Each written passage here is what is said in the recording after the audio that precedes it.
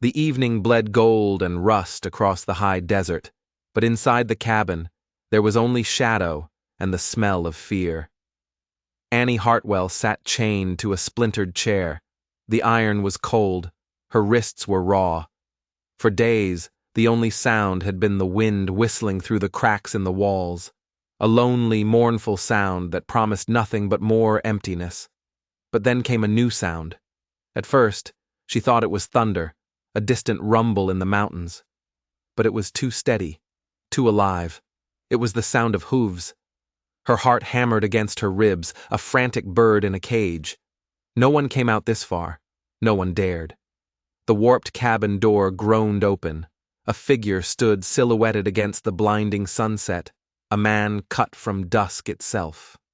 Tall, lean, hat brim pulled low. He stepped inside, and the floorboards cried out under his boots. He took off his hat, and his face was carved by wind and years. His eyes were the color of a winter sky. "You shouldn't have come," Annie whispered, her voice a dry rasp. It was meant to be a warning. It came out like a prayer. "They'll kill you too." The man didn't answer right away. He just looked at her, at the chains, at the raw mess of her wrists. He closed the door, shutting out the dying light, and the small cabin sank into near darkness, lit only by the faint glow of dying embers in the hearth. He offered her his canteen. The water tasted like tin and mercy. "Name's Cole Carraway," he said, his voice low and steady as a river current. "Marshal, when a town wants me to be." Annie let out a brittle, broken laugh. "Dust Haven sent you?" A flicker of something, not quite a smile, crossed his face. Town didn't send nobody. They'd rather lock their doors and pretend the world ends at the edge of Main Street. I heard whispers, came on my own. Of course, the good people of Dust Haven. They had turned their backs the second the McGraw gang rode in. Shuttered windows, bolted doors. Annie had been left to the wolves. "You should turn around, Marshal," she said, the bitterness a poison on her tongue. "Ride back the way you came." Cole crouched beside her chair. He didn't touch the chains, but his gaze was heavy on them. "These men, how many?" "3," she whispered. "Jedediah McGraw and his brothers, Royce and Miller. They're mean, but they ain't stupid." A new thought, sharp and cold, cut through her exhaustion. She looked up at him, her eyes wide. "They left me here as bait." Cole's expression didn't change, but his eyes sharpened. "Bait for what?" "For you," she said, a hysterical laugh bubbling in her throat. "For anyone stupid enough to come looking for justice in a place that's forgotten the meaning of the word. They want you to come. They're waiting to kill you." He studied her for a long moment, then rose and walked to the boarded-up window. He peered through a crack, scanning the darkening landscape. The silence stretched, thick and suffocating. "You know why I'm really here?" he asked, his back still to her. She shook her head, chains clinking softly. "Years ago, I rode up to a door just like this one, heard screams inside, but the townfolk told me to leave it be, said it was a lost cause." He turned, and the flickering firelight caught the deep regret etched into his face. "So I rode away, left a family to die because I listened to fear instead of my gut. Been carrying their ghosts ever since."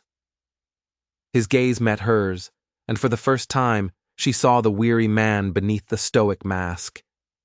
"I can't undo what's done," he said, his voice rough with memory. "But I'm not riding away from this door. Hope?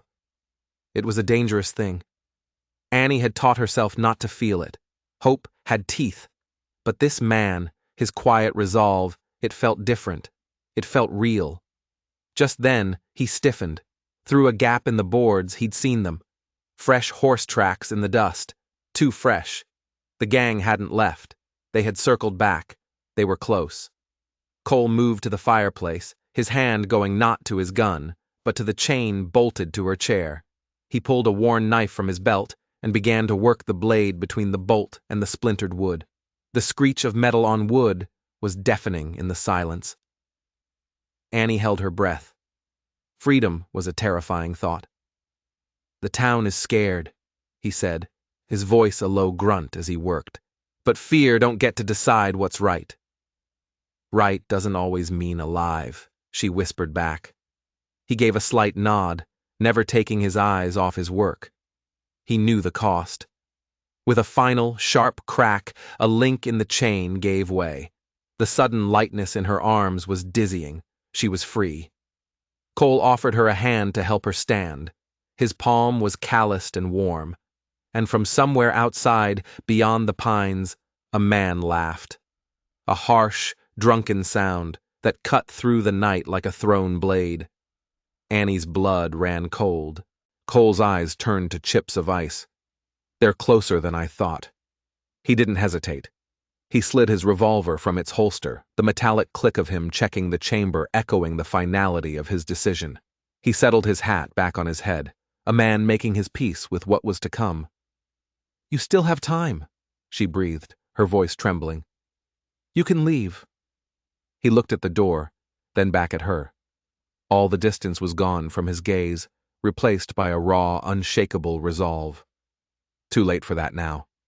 Night fell like a shroud, thick and starless. Cole coaxed a small, low flame from the embers, just enough to fight the oppressive dark. Annie huddled near it, rubbing her wrists, the feeling of air on her torn skin, a strange new pain. The world outside was a chorus of crickets and the lonely cry of a distant coyote.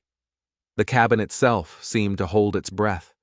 Every creak of the old wood sounded like a footstep. "You came alone," she said, her voice barely a whisper. "I ride alone," he answered, his eyes scanning the shadows. "Easier to leave?" she asked, the question sharp and unexpected. He let out a short, humorless puff of air. "Easier to keep breathing." Annie fell silent. She remembered the McGraths, how they'd ridden in before dawn, their faces like grinning skulls in the half-light. They'd shot the rancher and his sons in their sleep. Then Jedediah had put a pistol to her head and told her to fry eggs while the house burned down around them. "I cooked," she said, the words spilling out, coated in shame. "I cooked while they laughed. I thought if I just did what they said, I'd live long enough to run. But I didn't run. I just kept cooking." Her voice broke. "When they were done, they chained me here, said I was a warning." Her eyes, shimmering with unshed tears, met his. "I lived when better people died. That's the truth of it." Cole looked at her, at the raw shame she wore like a second skin. "That's survival," he said, his voice gentle but firm. "Not a sin. It feels like both." "That's what they want you to feel," he replied, a rough edge to his voice. "Fear is their favorite weapon." Just then, a branch snapped outside. Annie flinched violently. Cole's hand went to his revolver, his body instantly still, listening. The silence that followed was charged, electric. Danger was no longer a threat, it was a presence, circling them in the dark. He moved to the window, peering out into the moonless night. He couldn't see anything, but he could feel it, a pressure in the air. He thought he heard the faint jingle of a bridle, so distant it might have been the wind. But it wasn't the wind. "They're not far," he said, turning back to her. "Then go," she pleaded, her voice cracking. "Please, you don't owe me anything. You don't even know me. I know enough. You'll die for nothing." He exhaled slowly, his gaze turning inward, to a place of old ghosts and older regrets. "That family I told you about, the one I rode away from. It was my sister's family, her husband, her 2 boys. I listened to the town's fear, and I left them there." The confession hung in the air between them, heavy and raw. The guilt he carried wasn't for strangers, it was for his own blood. Something shifted inside Annie. The wall she had built around her heart, brick by painstaking brick, cracked. "You don't have to save me to atone for them," she whispered. "I reckon I already started," he said. From deep in the night, a shout echoed through the trees, followed by a burst of cruel laughter. It was closer this time, much closer. "They're playing with us," Annie choked out, her hand flying to her mouth. "Or scouting," Cole murmured, his eyes scanning the meager contents of the cabin. A rusted lantern, a coil of old rope, 2 damp matches. He was a man used to making something from nothing. He picked up the rope, testing its strength. It was old, but it would hold. "Why?" she asked, her voice small. "Why risk all this?" He paused, his hands stilling on the rope. He looked at her, and the weariness in his eyes was ancient. "Because no one came for my sister." The words hit her like a physical blow. Anger, gratitude, disbelief. They tangled inside her until she couldn't breathe. Outside, the unmistakable sound of a saddle creaking, followed by more laughter, closer still. They weren't hiding anymore. Cole's head tilted, listening. Annie's pulse roared in her ears. "They're here," she whispered, the words catching in her throat. Cole nodded once, slow and deliberate. He reached down and thumbed back the hammer of his revolver. The click was a small sound. But in the suffocating silence of that cabin, it was as final as a death sentence. This time, he would not ride away. Rain began to fall, a soft whisper on the roof that quickly grew into a roar. The storm had finally broken. Cole used the noise as cover, moving with a quiet purpose that calmed the frantic beating of Annie's heart. He braced the door with a warped shutter. He stretched the old rope across the threshold, a makeshift tripwire hidden in the shadows. He took the cracked lantern, filled it with the last of the oil, and set it near the door. His preparations were small, desperate things, but they were acts of defiance. They were a promise that this night would not end without a fight. "You've done this before," Annie stated, her voice soft. "Too many times," he admitted, not looking at her. "Did it work? Did you save them?" "Sometimes," he said, his voice flat. "Sometimes it's enough just to try." The simple honesty of it chipped away another piece of her hardened shell. For so long, she had believed her survival was a brand of shame. But this man, haunted by ghosts, he kept trying. He kept choosing to stand. He warmed a can of beans over the fire and handed it to her without a word. She ate, each bite a struggle against the knot of fear in her stomach. When she finished, she found herself speaking, the words a torrent of guilt she had held back for too long. "Jedediah, he made me watch. He said my fear was the seasoning. I just stood there. I dropped the skillet, my hands were shaking so bad. I stayed silent, and they died." Cole looked at her then, his gaze cutting through her shame. "You were a prisoner, Annie, unarmed and outnumbered." "I was alive," she shot back, the word tasting like acid. "Being alive isn't a sin," he said, his voice low but unshakable. "It's proof you're not done yet." The words sank into her, a balm on a wound she thought would never heal. For the first time she felt a flicker of warmth in the cold, desolate landscape of her soul. Lightning flashed, illuminating the cabin for a split second.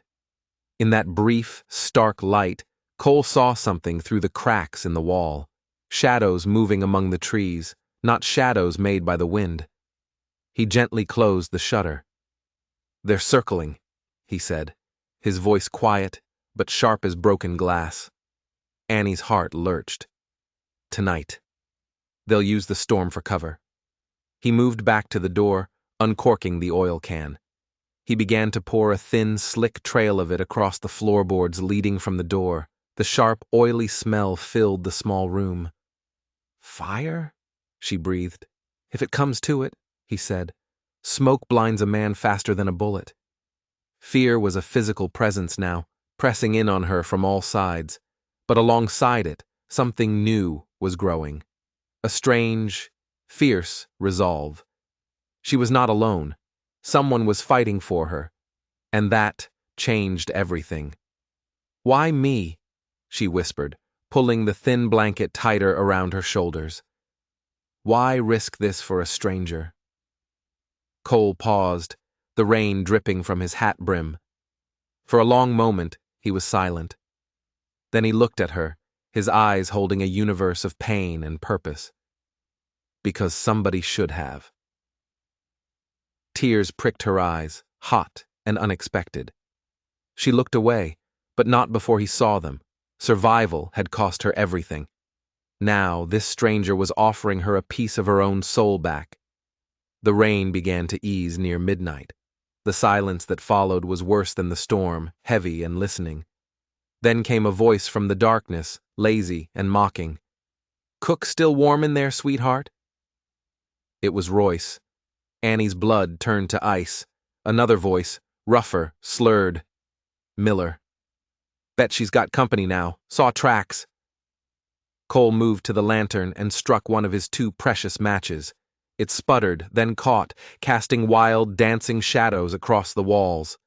In the flickering light, his face was a mask of grim determination. A third voice cut through the night, sharp with command. "Jedediah. Bring her out, stranger, or we're coming in." Cole turned to Annie, his voice low but strong, a bedrock in the chaos. "Stay behind me. When I tell you to run, you run. Don't look back." She could only nod, her throat too tight for words. Cole took a slow, deep breath, his shoulders settling. He was a man stepping into a storm he knew all too well. Outside, boots squelched in the mud. A shadow crossed the yard. Cole raised his revolver, his eyes pale steel.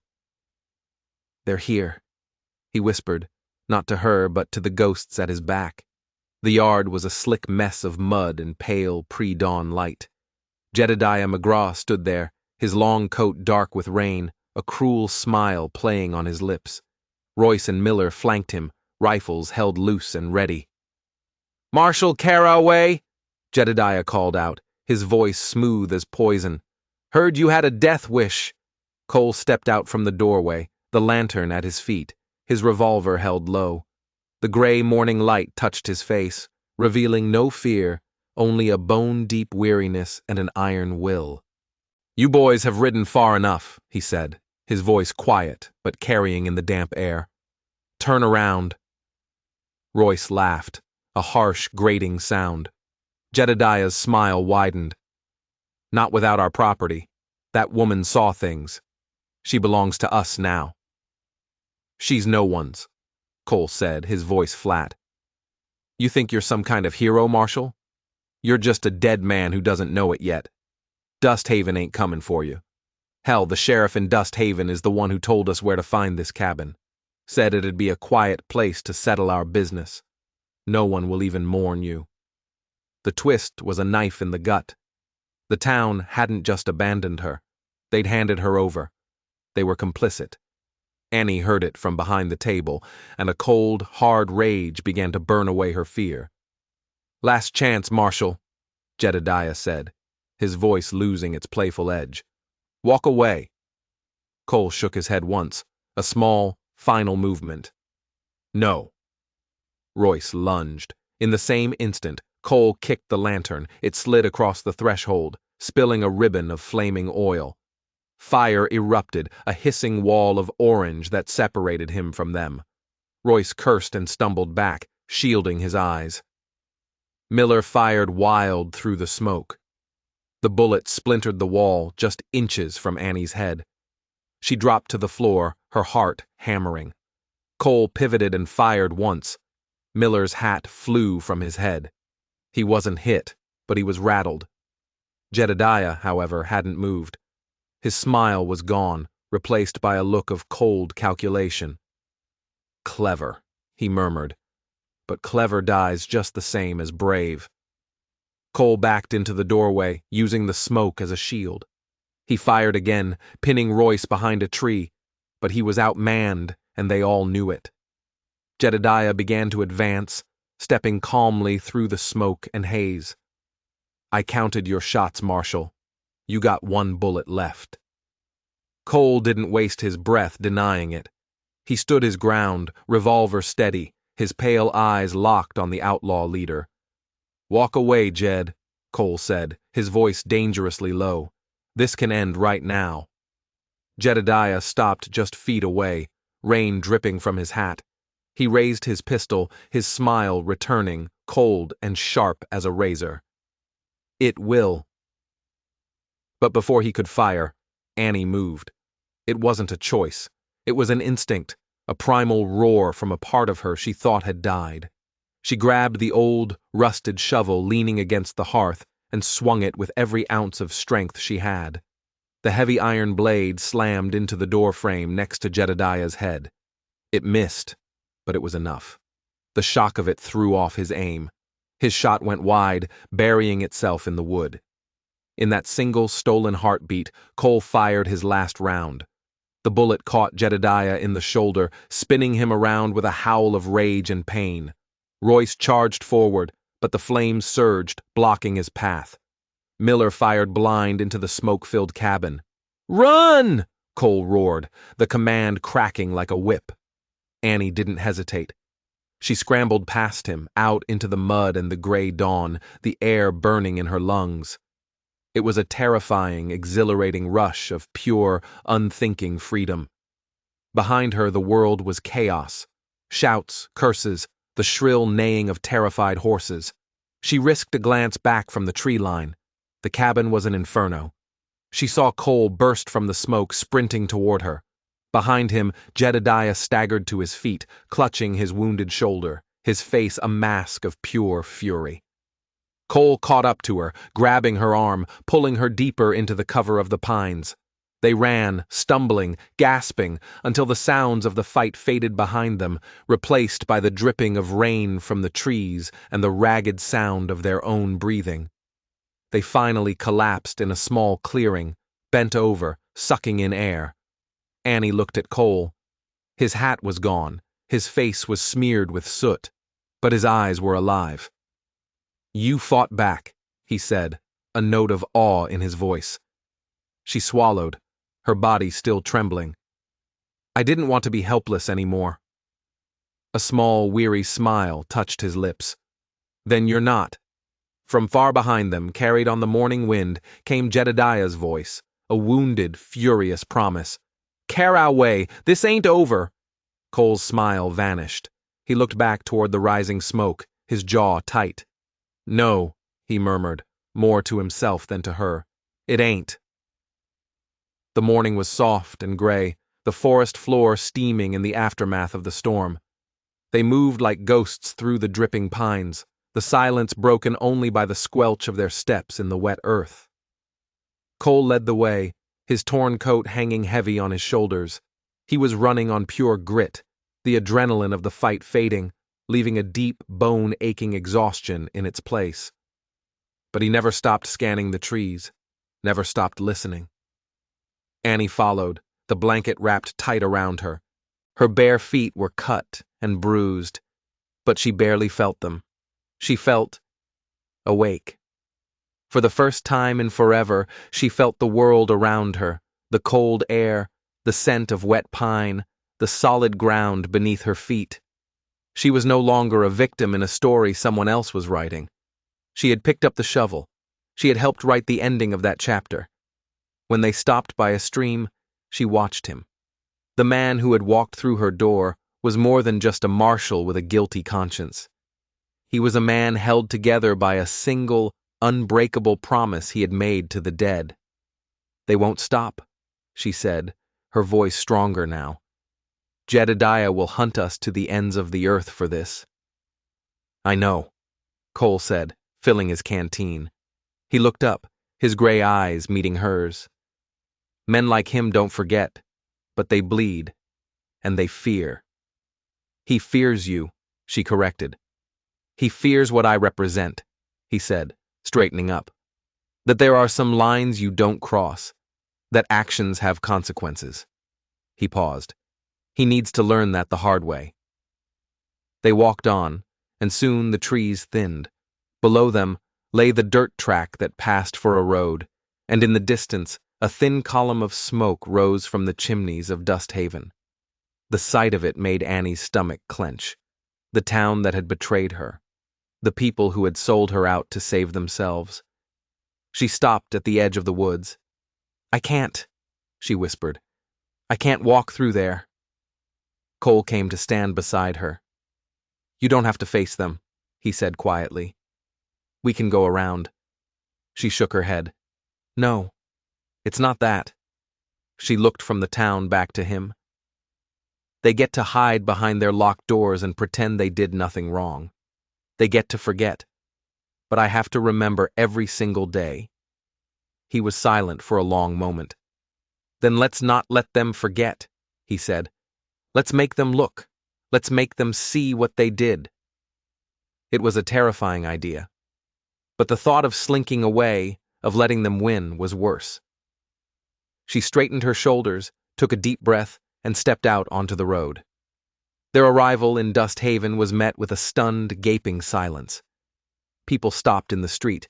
Faces appeared in windows. The blacksmith's hammer fell silent.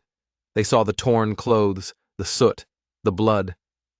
They saw a woman who was supposed to be a ghost walking beside the man who had refused to let her become one. Annie felt their stares like 1,000 tiny needles. Her first instinct was to look down, to hide. But she met Cole's eye, and he gave her a barely perceptible nod, so she kept her head high. She met every stare, every flicker of shame and fear in their eyes. She let them look. She let them see the cost of their cowardice. The sheriff, the man who had sold them out, stepped out onto the boardwalk of his office. He saw them, and his face went pale. He opened his mouth to say something, but Cole just gave him a look so cold, so full of quiet promise, that the man shrank back into the shadows of his doorway. They didn't say a word. They just walked. Straight down the middle of Main Street, a silent, damning parade of two. At the far end of town, the road forked. One path led north, to safety, to a new life. The other, it led back into the wilderness. Annie stopped, looking down the north road. It was the sensible choice, the safe choice. She turned to Cole. "Thank you," she said, the words feeling small and inadequate. "For everything. You can go now. You've done more than enough." He looked down the road, then back at her. "Jedediah is still out there. His brothers are still out there. This isn't over. It's not your fight anymore." "I made it my fight when I walked through that cabin door," he said. He looked toward the smoke-stained horizon where the cabin had burned. "They think we're running. They think they've won. They'll go back to terrorizing anyone who gets in their way." He looked at her, and she saw a fire in his eyes she hadn't seen before. Not just the fire of a man atoning for his past, but the fire of a man who had found a new purpose. "We can't just run, Annie," he said. "We have to finish this, not just for us, but for the next family they ride down on, for my sister." It was the craziest thing she had ever heard. To go back, to hunt them, to willingly walk back into the fire. But as she looked at him, standing there, battered but unbroken, she knew he was right. Running wasn't enough. Surviving wasn't enough. She thought of the shovel in her hands, the feeling of fighting back. She looked away from the safe road north and met his determined gaze. "Okay," she said, a slow, sure smile spreading across her face for the first time. "What's the plan?" They didn't ride north. They turned back toward the mountains, back toward the danger. They found Cole's horse, patient and steady, waiting where he'd left it. They spent the next 2 days in the wilderness, not running, but preparing. Cole taught her how to load his spare revolver, how to track, how to listen to the language of the forest, and she taught him about the McGraths, their habits, their weaknesses, the way Royce always got sloppy when he drank, how Miller was a coward without his brother to back him up. They became a team, forged in fire and a shared unbending will for justice. They found the gang's trail leading not away, but back towards Dust Haven. "They're going back for supplies," Cole said, "and to brag, to remind the town who's in charge. They'll be comfortable, Annie added. They think we're long gone. They rode into Dust Haven after dark, not as victims, but as hunters. The town was quiet, cowed. The saloon was full of nervous laughter. Through the window, they could see Royce and Miller drinking and boasting, their voices loud and arrogant. Jedediah was not with them. He'll be at the sheriff's office, Cole guessed. His shoulder will need tending, and he'll want to remind our good sheriff who he works for. They split up. It was Annie's idea. They won't be expecting me, she said. They're looking for you. She walked into the saloon. The room fell silent. Every eye turned to her. Royce and Miller stared, their jaws slack with disbelief. They saw not the terrified cook from the cabin, but a woman with cold fire in her eyes and a revolver strapped to her hip. You, Royce slurred, stumbling to his feet. Me, Annie said, her voice steady. I believe you have something that belongs to me. My life. While all eyes were on her, Cole slipped in the back door, silent as a ghost. The fight was fast and brutal. Annie didn't hesitate. She fired, and her shot was true. Royce went down. Miller, the coward, tried to run. Cole stopped him without firing a shot. At the sheriff's office, Jedediah heard the commotion. He came out, his arm in a sling, the corrupt sheriff cowering behind him. He saw Cole standing in the middle of the street, waiting. The final confrontation was not a chaotic firefight. It was a reckoning. It was two men, a street, and a debt that had to be paid in blood. Cole was faster. When it was over, the town of Dust Haven was silent. The people emerged from their homes, from the saloon, staring at the bodies of the men who had held them hostage with fear. They looked at Cole and at Annie. The sheriff, seeing his power broken, tried to arrest them. This is murder, he blustered. Annie just laughed. She walked over to the man, looked him dead in the eye, and told the whole town, in a clear, strong voice, how he had sold her to the gang, how he had told them where to find her. Justice, it turned out, was not something a man with a badge could give or take away. It was something you claimed for yourself. The townsfolk didn't move to help the sheriff. They just watched as Cole took his badge, bent it in half, and dropped it in the dust. The next morning, Annie and Cole rode out of Dust Haven, but this time they didn't look back. The road stretched out before them, long and uncertain. They had faced their ghosts, and they had won. Their pasts would always be a part of them, but they no longer defined them. They were survivors, they were fighters, and for the first time, they were truly free. What do you think makes someone a hero? Is it the absence of fear, or is it acting in spite of it? Let me know your thoughts in the comments. And if you enjoyed this story, don't forget to like and subscribe.